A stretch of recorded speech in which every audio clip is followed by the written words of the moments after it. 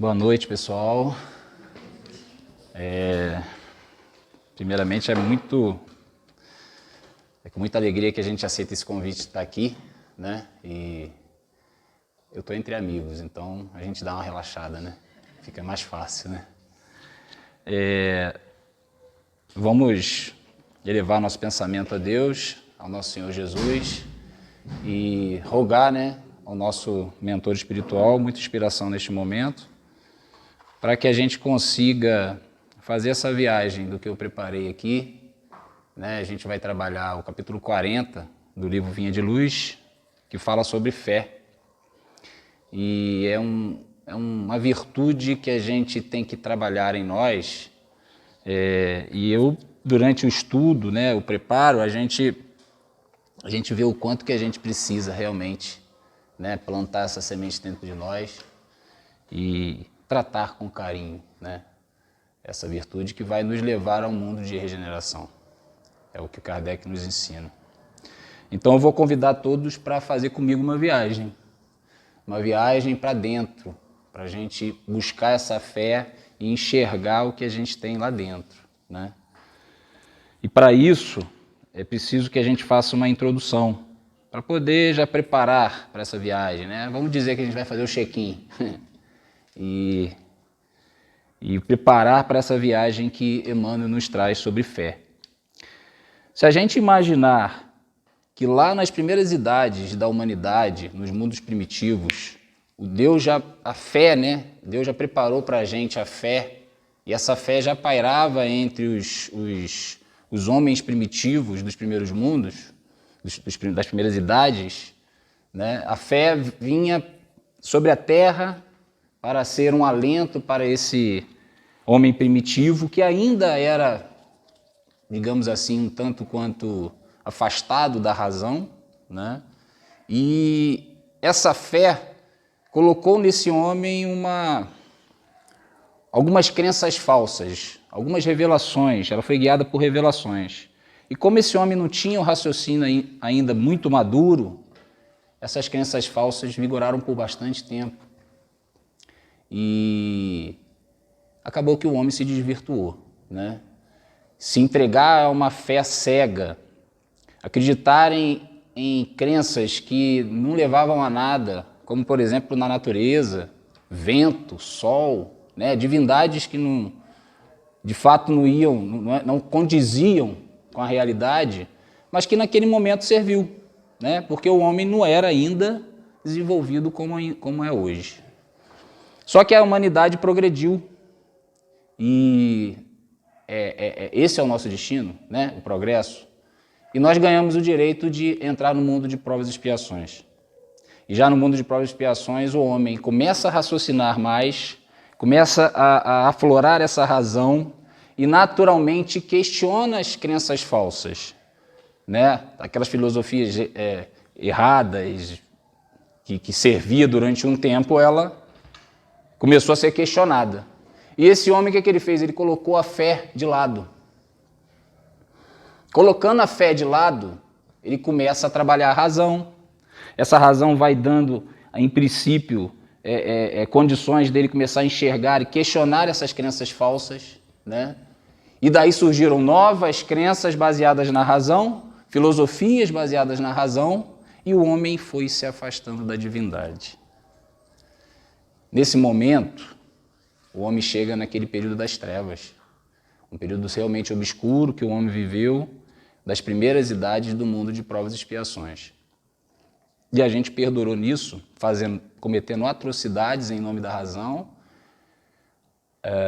abandonado da divindade, a gente permaneceu até o século das luzes, né? Até o século XIX, que com o advento do Espiritismo, a gente teve condições eu vou dizer assim, que a gente parecia que estávamos no estado de crisálida. Afastados da razão, a gente não era mais aquele homem crente cego, né? E também ainda não era o crente que raciocinava a crença. Então a gente estava naquele estado de perturbação, de sem entender que destino nós teríamos. E aí, com o advento do Espiritismo, a fé e a razão se uniram. E aí, como dois faróis, né, iluminaram essa borboleta que conseguiu sair desse estado da crisálida, e a gente passou a ter uma fé raciocinada, que foi o que Kardec nos trouxe a partir de 1857. Né? A doutrina dos espíritos fez com que o homem não tivesse mais essa fé cega, mas associasse a essa razão que questionava tudo, e essa fé raciocinada nos traz ao que a gente é hoje. Então, desde 1857, a gente está trabalhando essa fé raciocinada em nós, e esse é o nosso destino, é o caminho que tem na nossa frente para a gente chegar até Deus. E, com certeza, avançar para o próximo nível, né? Entre mundos, que é o mundo de regeneração. Então, feita essa primeira introdução, né, dessa viagem que a gente vai fazer sobre a fé, a gente vai falar agora do capítulo 40, porque Emmanuel trabalha essa fé de uma maneira bem legal, bem interessante, e vocês vão poder entender como que, com poucas palavras, porque o livro Vinha de Luz ele é uma página, né? Mas ele, com poucas palavras, ele consegue abstrair tanta coisa sobre fé que a gente realmente faz essa viagem para dentro da gente mesmo. Então, como ele sempre inicia os capítulos, ele inicia com uma passagem bíblica. E aqui ele escolhe a parábola do semeador, exatamente naquela situação em que a semente cai entre os espinheiros. E aí, vê como é que o Kardec ele tem um feeling, né, para poder escrever. Ele buscou exatamente aqueles que têm a moral não tão elevada. Porque quando Jesus explica nesse trecho a parábola do semeador, ele fala que as sementes caíram entre os espinheiros, né, e o solo era fértil. E essa semente cresce, mas ela é abafada, sufocada pelos espinhos. E aí esses espinhos seriam as coisas mundanas, né? As coisas do mundo, as dificuldades que nós temos no mundo. Ou seja, a capacidade intelectual do homem, nesse momento, nesse trecho da parábola, era alta. O homem tinha condições de entender o que Jesus estava falando. Só que o lado moral não era desenvolvido. Então o homem falhava. E aí os espinhos sufocavam a palavra. Agora, olha que interessante, ele pega esse trecho para falar de fé. Ou seja, a fraqueza moral do homem, nesse momento da parábola, ele associa isso a uma virtude moral, que é a fé. Né? Então, você vê como é que Emmanuel tem aquele detalhe. Então, ele fala, em Marcos, no capítulo 4, versículo 19, o trecho que Jesus explica, Jesus está explicando, talvez seja uma das poucas vezes que Jesus explica as parábolas. É essa aqui. Porque ele fala da parábola do semeador para a multidão, mas depois, com os 12, ele é questionado sobre essa parábola e aí ele explica essa parábola. Talvez ele tivesse feito isso algumas vezes, né? Mas assim, registrado na Bíblia, no Evangelho, é só esse trecho. E aí ele fala, mas os cuidados deste mundo, os enganos das riquezas e as ambições de outras coisas, entrando, sufocam a palavra que fica infrutífera. Olha só como é que o trecho é bacana. Emmanuel pega a fé, que é essa semente que a gente tem que colocar dentro de nós, que a gente tem que cultivar dentro de nós, e compara a essa semente dita por Jesus, que é a palavra. Ele faz esse link, né? Ele faz alusão à passagem, mas ele quer falar da fé. E aí ele começa no texto dele. A árvore da fé viva não cresce no coração miraculosamente. Então, Emmanuel já começa nos dizendo que a fé, ela é uma árvore que precisa ser cultivada, né? Só que ela não cresce no coração do homem de forma milagrosa, né? Ninguém recebe essa fé do nada. E aí aqui eu vou pedir ajuda para o próprio Emmanuel. No livro O Consolador, na questão 354, ele define o que é ter fé. Olha que bacana, gente. Ter fé é guardar no coração a luminosa certeza em Deus. Luminosa certeza em Deus. Guardar no coração a luminosa certeza em Deus. Certeza que ultrapassou o âmbito da crença religiosa. Quer dizer, não é mais aquela crença cega. Ele tá nos explicando, e aí talvez a gente entenda porque um ateu, alguém que se declare ateu, tem a fé. Né? Porque ela ultrapassa os limites da religião. Ter fé não é só ter fé religiosa. Ela é uma certeza em Deus, ele está falando aqui. Fazendo o coração repousar numa energia constante de realização divina da personalidade. Realização divina da personalidade. Olha a importância dessa virtude. E aí ele fala uma coisa muito bacana aqui. Ó. Conseguir a fé, quer dizer, chegar a ter essa árvore da fé viva, é alcançar a possibilidade de não mais dizer eu creio, mas afirmar eu sei. Olha a diferença. Né? Talvez, se a gente voltar um pouquinho naquela introdução que eu fiz, lá naquela fé cega todo mundo acreditava, eu creio. Mas sabe?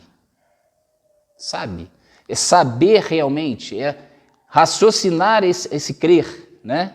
É o que ele está nos falando aqui. Ó. E ele fala, com todos os valores da razão tocados pela luz do sentimento. E aí ele continua um pouquinho mais aqui, ó, traduzindo a certeza nessa assistência de Deus, quer dizer, a gente tem essa certeza em Deus que nós vamos ser assistidos. Olha que fé, olha só como é que essa virtude dentro de nós, a gente precisa ter essa certeza o tempo inteiro. Ela exprime a confiança que sabe enfrentar todas as lutas e problemas. Com a luz divina no coração, então ele está nos falando que a fé é divina, né? Significa a humildade redentora que edifica no íntimo do espírito a disposição sincera do discípulo, relativamente ao faça-se no escravo a vontade do Senhor. Olha que bonito. Faça-se no escravo a vontade do Senhor. Parece até que a gente está se submetendo, né? Mas é. É você se tornar, você abaixar para Deus, tendo a certeza que Ele vai cuidar de você. A vontade dele tem que prevalecer. Né? Só que não é mais naquele sentido que a gente viu lá atrás, daquela fé que simplesmente eu creio, mas na fé que eu sei que vai ser assim. Né? E aí Emmanuel continua. Qual acontece na vida comum, o Criador dá tudo, mas não prescinde do esforço da criatura. Quer dizer, todos os dias a gente recebe algo de Deus. Né? E aí, tudo que Ele nos dá, Ele não dispensa o nosso esforço. Nesse momento, Emmanuel vai estar falando da gente se esforçar na fé, da gente trabalhar com esforço nessa fé dentro de nós, nessa virtude dentro de nós. Qualquer planta útil reclama especial atenção no desenvolvimento. Então vamos lá, vamos voltar. A gente vai ter essa semente da fé dentro de nós. Para que ela se torne essa planta útil, a gente vai ter que cuidar dessa planta. Ele fala, ó, indispensável cogitar-se do trabalho de proteção, auxílio e defesa. Proteção, auxílio e defesa dessa semente que a gente está criando dentro de nós. Para que ela se torne essa planta útil e, quem sabe, um dia se tornar essa árvore que ele fala lá no início, né? Aí ele fala, ele nos mostra como que a gente tem que trabalhar de fato dentro de nós para que essa fé cresça, né? Estacadas, adubos, vigilância, todos os fatores de preservação devem ser postos em movimento, a fim de que o vegetal precioso atinja os fins a que se destina. A gente fica imaginando, né? Dá trabalho ter fé. É isso que ele está falando para a gente aqui, dá trabalho. E mais para frente a gente vai ver o quanto que é difícil a gente manter essa fé, né? Essa fé viva. Porque o mundo está aí para jogar a gente para baixo. As coisas acontecem para a gente questionar, né? E a gente fica se questionando, será que vale a pena? Será que aquele cara ali vale investir? Não é assim que a gente faz? E aí ele dá uma frase aqui que aí parece que ele sintetiza tudo, né? A conquista da crença edificante, dessa fé, não é serviço de menor esforço. Não dá para a gente ter a fé sem se esforçar. É isso que Emmanuel está falando para a gente. Aí aqui eu vou pedir ajuda para a gente pegar 3 passagens de Pedro para exemplificar o que é essa construção de fé, o que é esse esforço na fé, né? Lá em Mateus 14, no versículo 25 a 31, tem a seguinte passagem de Pedro. Ó. Mas à 4ª vigília da noite, dirigiu-se Jesus para eles, andando por cima do mar. É aquela passagem que Jesus chama ele, né? E os discípulos, vendo-o andando sobre o mar, assustaram-se, dizendo, é um fantasma, e gritaram com medo. Jesus, porém, lhes falou logo, dizendo, tende bom ânimo, sou eu, não temais. E Pedro,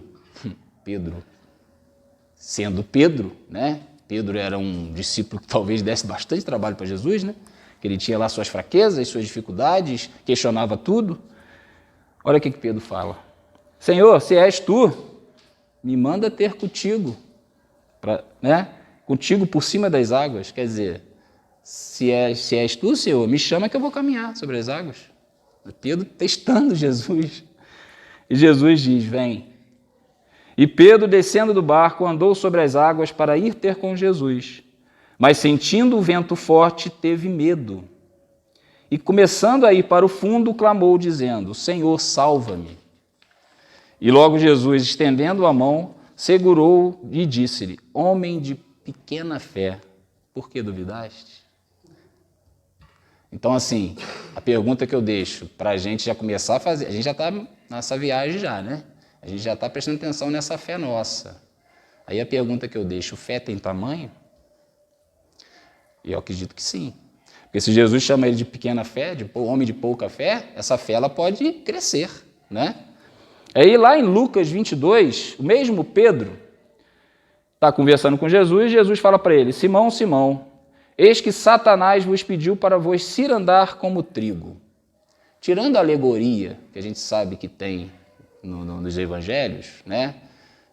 Mais ou menos Jesus está dizendo para ele como se os espíritos trevosos estivessem rodeando ele e os discípulos e fazendo como se ele tivesse vacilante, como o trigo fica no vento, né? Cirandando. E aí Jesus fala para ele, mas eu roguei por ti, para que a tua fé não desfaleça. Quer dizer, Jesus sabe que ele é fraco na fé. E tu, quando te converteres, confirma teus irmãos. Quer dizer, quando essa fé estiver forte em você, esteja com teus irmãos, ajude teus irmãos, né? Confirme essa fé com eles.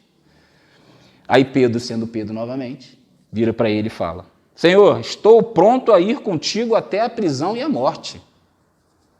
Olha Pedro forte, né? Fortaleza de Pedro. Vamos lá, vou até a morte contigo, Senhor. Senhor, conhecendo ele, sabendo que a fé dele ainda era vacilante, vira para ele e fala, eu fico imaginando essa cena. Eu também. Né?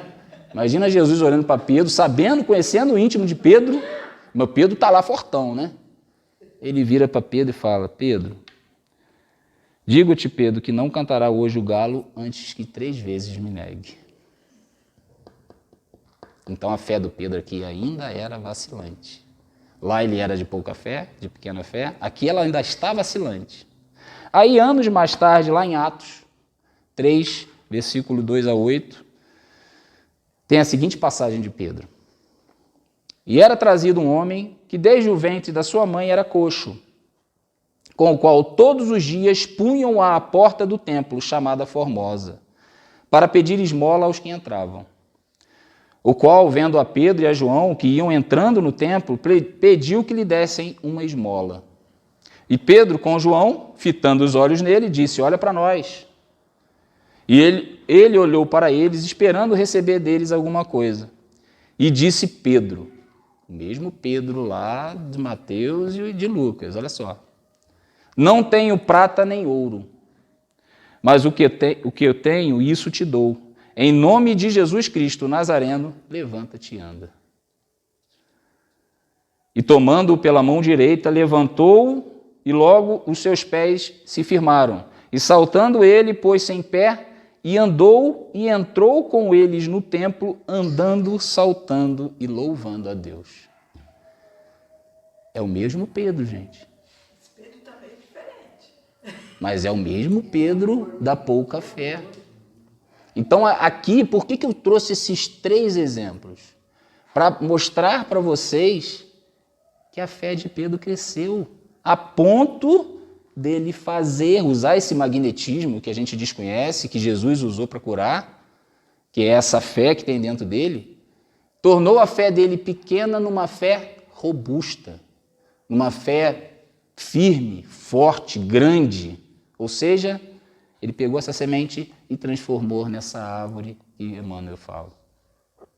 E aí eu vou pedir ajuda lá também no Evangelho segundo o Espiritismo, no capítulo 19, que Kardec fala assim, ó, confirmando isso que Emmanuel vem falando. A fé robusta dá a perseverança, a energia e os recursos que fazem se vençam os obstáculos, assim nas pequenas coisas como nas grandes.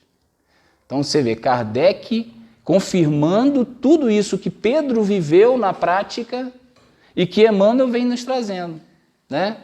Quando a gente chega nessa fé robusta, é possível fazer coisas que a gente nem consegue compreender. E aí, Emmanuel continua.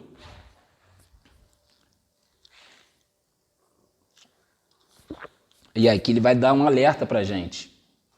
Porque se a gente compreende que essa fé ela vai crescendo dentro de nós e a gente precisa cuidar dela, como essa alusão que ele está fazendo à sementeira, né? Que a gente tem que cuidar, adubar, proteger, fazer com que ela cresça, aqui ele vai começar a alertar a gente as dificuldades que a gente vai enfrentar com relação a isso, né? Ele fala assim, a maioria das pessoas admite que a fé constitua milagrosa auréola doada a alguns espíritos privilegiados pelo favor divino. Isso, contudo, é um equívoco de lamentáveis consequências. E aí aqui a gente pergunta o seguinte, a gente reflete o seguinte, será que Deus escolhe alguns para ter fé mais que os outros? Será que ele dá graças para um e em detrimento de outros? Eu acho que isso é ilógico a gente pensar assim. Eu acredito mais que a pessoa esteja dando uma desculpa, né? Para desenvolver dentro dela essa fé. Porque na questão 116 do Livro dos Espíritos, e cabe bem nisso aqui, Kardec pergunta assim, ó, haverá espíritos que se conservem eternamente nas ordens inferiores? Quer dizer, se você não desenvolve a fé dentro de você, você vai sempre ali estar numa ordem inferior. Então, digamos que Deus escolheu um para dar fé, e aquele ali vai ficar sempre nessa qualidade de não desenvolver a fé e eternamente vivendo aquela situação? Será que seria justo isso? Creio que não. Vamos ver o que os Espíritos respondem? Os Espíritos falam assim, ó, não, todos se tornarão perfeitos. O que a gente entende com isso aqui? Quando Deus nos cria, Ele nos cria simples e ignorantes, nos dá livre-arbítrio, né? Nos dota de uma individualidade, mas Ele também nos cria perfectíveis, né? Ou seja, nós somos destinados a serem perfeitos, a sermos perfeitos. Quer você queira ou não. Nós vamos ser perfeitos. Uns vão mais rápido, uns mais lentamente, né? Então, não tem como a gente imaginar que Deus vai dar a graça da fé para um, para que ele rapidinho evolua e o outro não. Aqui, Emmanuel está alertando a gente para que a gente não pense dessa forma, né? Porque ele volta a dizer, essa fé ela nasce no nosso coração e ela pode ser trabalhada dentro de nós, né? E ele ainda continua na resposta, os Espíritos continuam. Ele fala assim, ó, eles mudam de ordem. Quer dizer, existe uma escala de espíritos e eles vão mudando de ordem. Então, eles evoluem, mais demoradamente. Porquanto, como já da outra vez dissemos, um pai justo e misericordioso não pode banir seus filhos para sempre. Pretenderias que Deus, tão grande, tão bom, tão justo, fosse pior do que vós mesmos? Quer dizer, se a gente que é pai tem 2 filhos, nós somos falhos, inferiores, espíritos, né, ainda em evolução. A gente tem 2 filhos, a gente trata os 2 iguais, né? A gente os trata dando as mesmas oportunidades. Que dirá Deus, né, que é soberanamente justo e bom, misericordioso? Ele, no mínimo, vai tratar esses 2 filhos com equidade. No mínimo. Então, vamos esquecer isso que Emmanuel está falando aqui. Esquece que existe essa graça da fé a alguns e para outros não. Isso não existe, né? E aí ele aqui começa a falar dessa construção. Vamos ver o que ele fala. Aqui a gente já está chegando na metade da viagem. Então a gente já está, né, a gente já entendeu que ela está crescendo dentro de nós, né? Ele vai começar a nos ensinar como construí-la. A sublime virtude é construção do mundo interior, em cujo desdobramento cada aprendiz funciona como orientador, engenheiro e operário de si mesmo. Então, fazer essa fé crescer dentro de nós requer trabalho. E o trabalho de orientador, o que é orientador? O orientador é aquele cara que é um condutor, né? Que ele conduz, ele orienta. Então, nós seremos condutores de nós mesmos. Somente nós podemos fazer essa fé crescer. E esse trabalho tem que ser feito. Engenheiro é o construtor, né? Então, nós temos que construir isso em nós. E aí ele fala, operário de si mesmo. Vamos colocar a mão na massa? Vamos fazer essa fé crescer com obras, né? É o operário de nós mesmos. E aí, lá no capítulo 19 do Evangelho, no item 11, Kardec fala assim, ó, inspiração divina, a fé desperta todos os sentidos nobres que encaminham o homem para o bem. É a base da regeneração. Aí aqui nessa viagem a gente respira um pouquinho, porque lá no início a gente falou dos mundos primitivos, a gente falou do mundo de provas e expiações, né?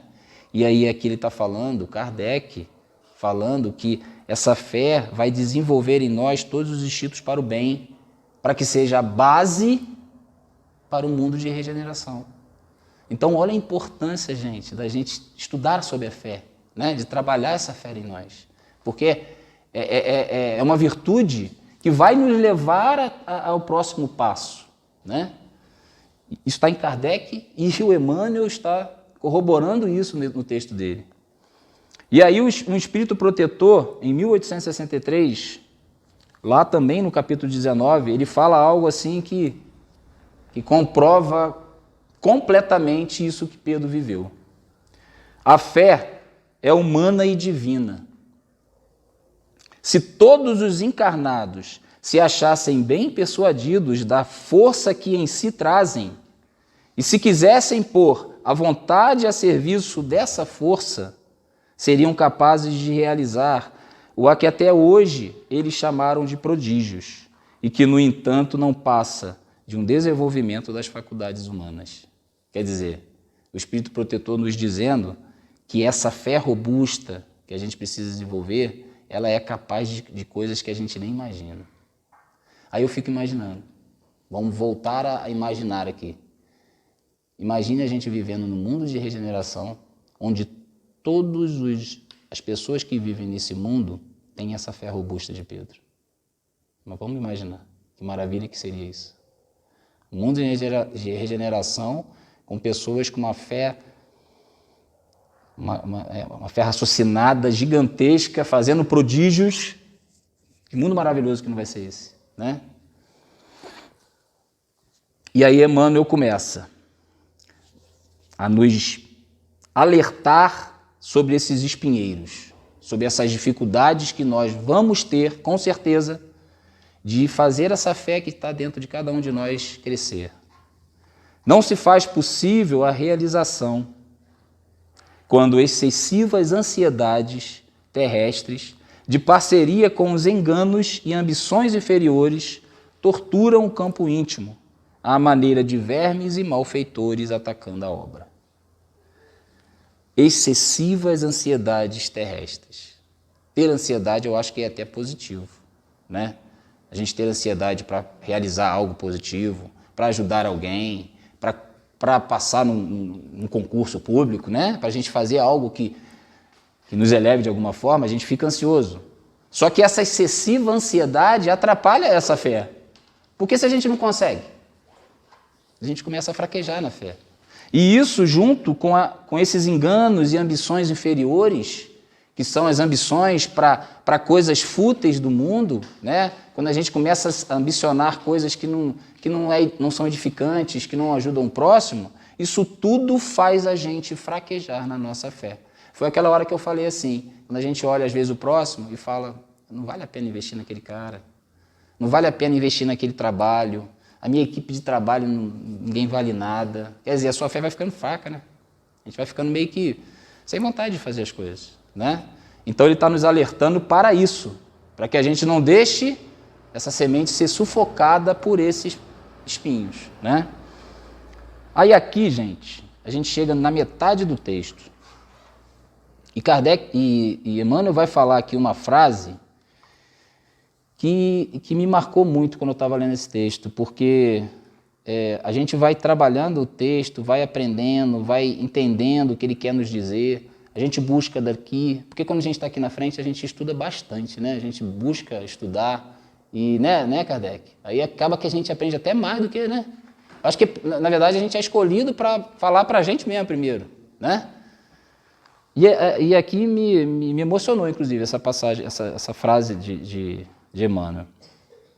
Daí eu vou pedir a vocês, se vocês me ajudarem, para fecharem os olhos, só para eu ler isso aqui, para vocês sentirem, talvez, a mesma emoção que eu senti. Emmanuel fala assim: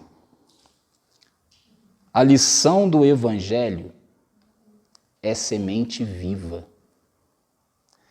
Continue com os olhos fechados. Vocês conseguem sentir isso tudo que a gente está estudando aqui como se fosse algo vivo dentro de nós? Como se tivesse brotando em nós e a gente sentindo isso de alguma forma, fazendo com que a gente compreenda a necessidade de estar aqui nesse momento? Então, gente, assim, eu me emocionei. Eu senti que eu estava... Se quiserem abrir os olhos agora. Eu senti que eu estava numa situação de gratidão, né? Por estar sentindo essa lição que vem, né? Que vai entrando e a gente vai, caramba, isso aqui é forte demais, né? Isso aqui é... Caramba, a fé é isso tudo, né? Porque a gente fala de fé tão corriqueiramente no dia a dia.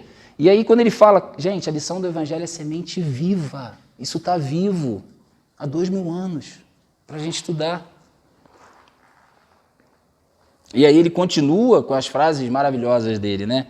O coração humano é receptivo, tanto quanto a terra. Ele está o tempo inteiro falando da semente.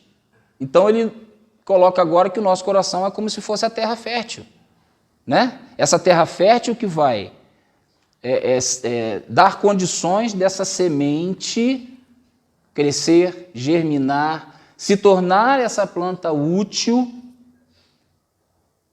que vai ir aos fins que se destina, né?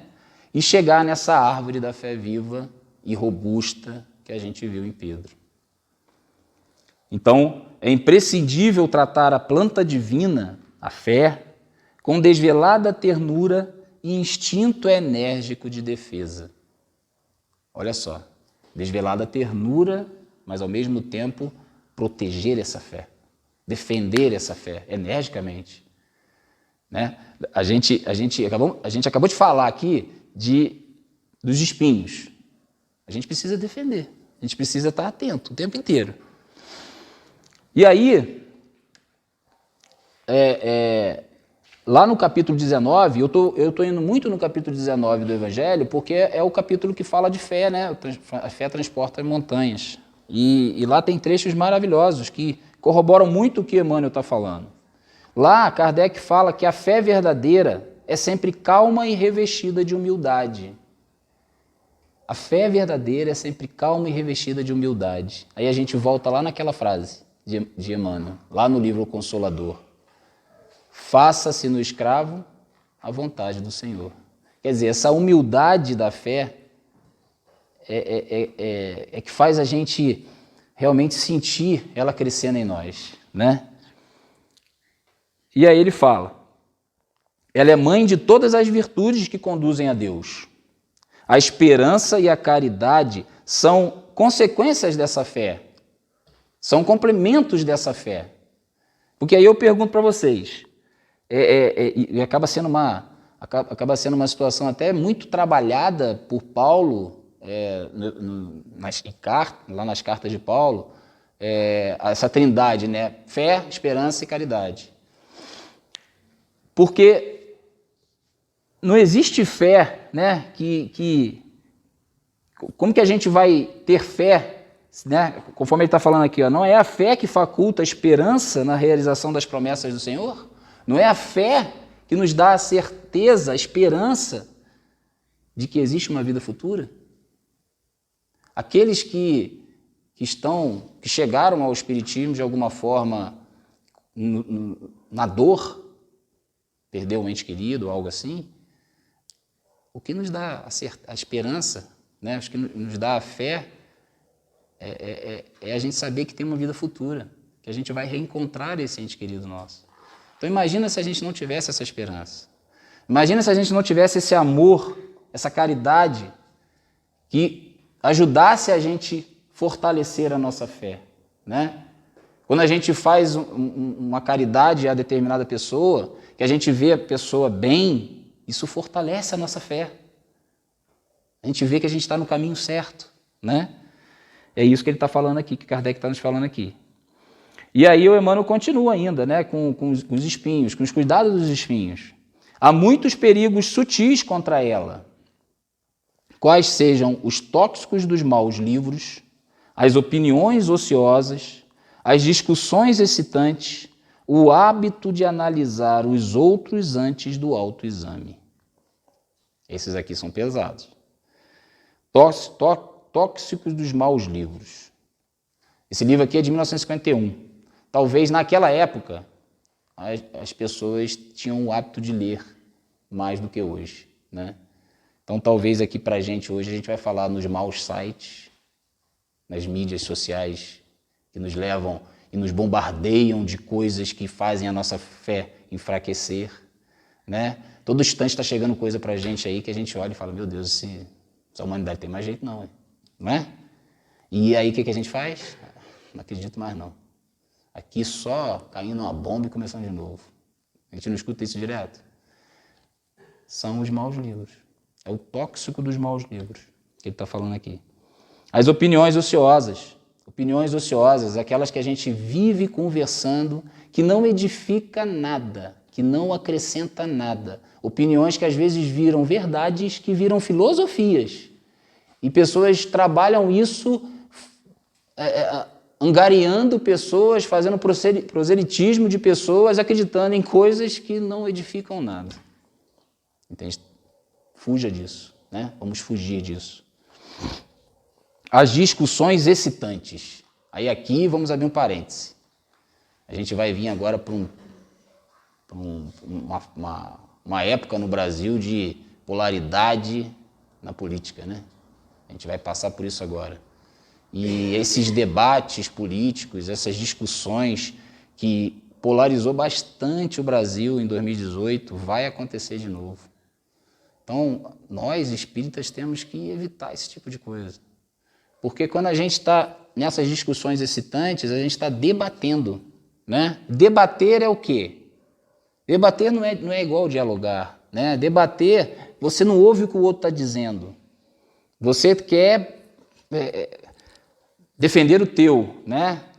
O próprio nome diz, bater de volta, né? Você vai, o cara manda, você manda de volta e fica aquela discussão que não leva a nada. E isso está polarizando a política e polarizando o Brasil inteiro. Então esse tipo de discussão, diferente do diálogo, que é o que Jesus usava, o diálogo a gente respeita a opinião do outro, né? Ouve, não concorda, você me dá permissão para discordar de você? É bem diferente, né? Do que você debater e o tempo todo defender o teu. Às vezes o cara vai te convencer, se você tiver ouvidos para ouvir, né? E aí, gente, aquele finalzinho aqui, ó, o hábito de analisar os outros antes do autoexame. Nós vamos o tempo inteiro analisando o próximo e esquecendo os nossos erros. Quando a gente fica analisando o próximo demais, ele está dizendo aqui, a fé fraqueja. Por quê? Porque o outro é falho, como nós. Então não é muito melhor, ao invés de eu ficar examinando o outro, eu tentar examinar, fazer um autoexame e me melhorar, né? Eu não vou estar preocupado com o outro, eu não vou olhar para o outro e enfraquecer a minha fé, porque eu não vou mais acreditar que o outro é isso, que é aquilo, que o outro pode melhorar. Vamos parar com isso, vamos olhar para a gente, vamos trabalhar a gente. E o próximo a gente tem que ajudar, né? Tem que ser caridoso, ser indulgente, né? Perdoar as ofensas e aquilo tudo que Jesus já nos ensinou, né? E aí, a última frase aqui do texto, ele fala assim, ó, ninguém pode, pois, em sã consciência, transferir de modo integral a vibração da fé ao espírito alheio, porque realmente isso é a tarefa que compete a cada um. Nós não podemos transferir para o próximo a nossa fé. Digamos que nós conseguimos chegar nessa fé robusta, no outro não. A gente vai transferir essa fé para ele? Isso compete a ele. A gente pode, como Kardec fala, empolgá-lo a fazer algo, empolgá-lo a trabalhar essa fé nele, contagiá-lo de alguma forma com a nossa fé. Mas transferir de modo integral não podemos, porque compete a ele mesmo desenvolver isso dentro dele. E não é o que a gente está fazendo hoje aqui? Estou estudando, tentando aprender, né? Com essa lição do Evangelho que é viva, a gente está tentando fazer isso. Então nós seremos multiplicadores dessa fé. É assim que eu vejo os espíritas, né? Quando a gente consegue ter essa fé robusta de Pedro, a gente vai contagiar um grupo, e talvez um grupo maior, e talvez uma sociedade, e eu acho que é assim que o Espiritismo um dia vai chegar no coração de cada um, entendeu? Então, gente, nós somos solos férteis. Nosso coração é um solo fértil. A gente tem condições hoje de entender os sublimes ensinamentos do nosso Senhor Jesus. Com certeza. Cabe a nós evitarmos que essa fé seja sufocada por espinhos, pela sensualidade do mundo, pelas dificuldades que nós temos, e desenvolver em nós essa fé robusta, fazer crescer no nosso coração essa fé raciocinada, espalhar essa fé, porque assim a gente vai estar plantando no coração do outro essa possível oportunidade de também ele fazer essa fé crescer. E aí sim todos nós vamos rumar ao mundo de regeneração. Entendeu?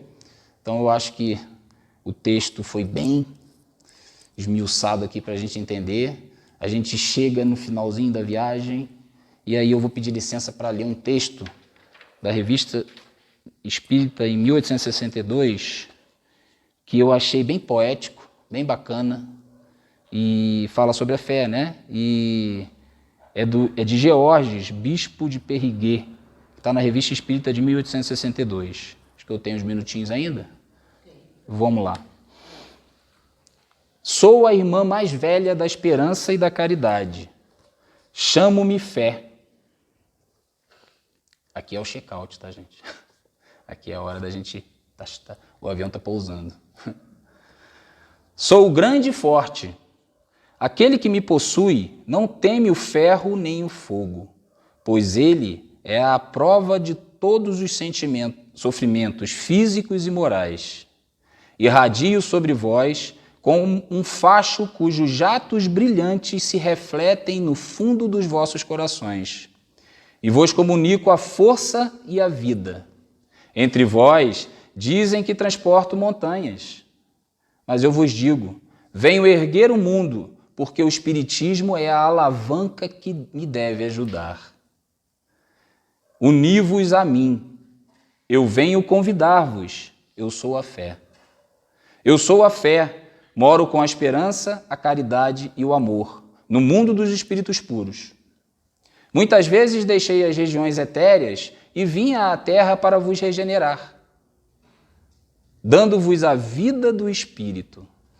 Mas fora os mártires dos primeiros tempos do cristianismo e alguns fervorosos sacrifícios de tempos em tempos, ao progresso da ciência, das letras, da indústria e da liberdade, não encontrei entre os homens senão indiferença e frieza.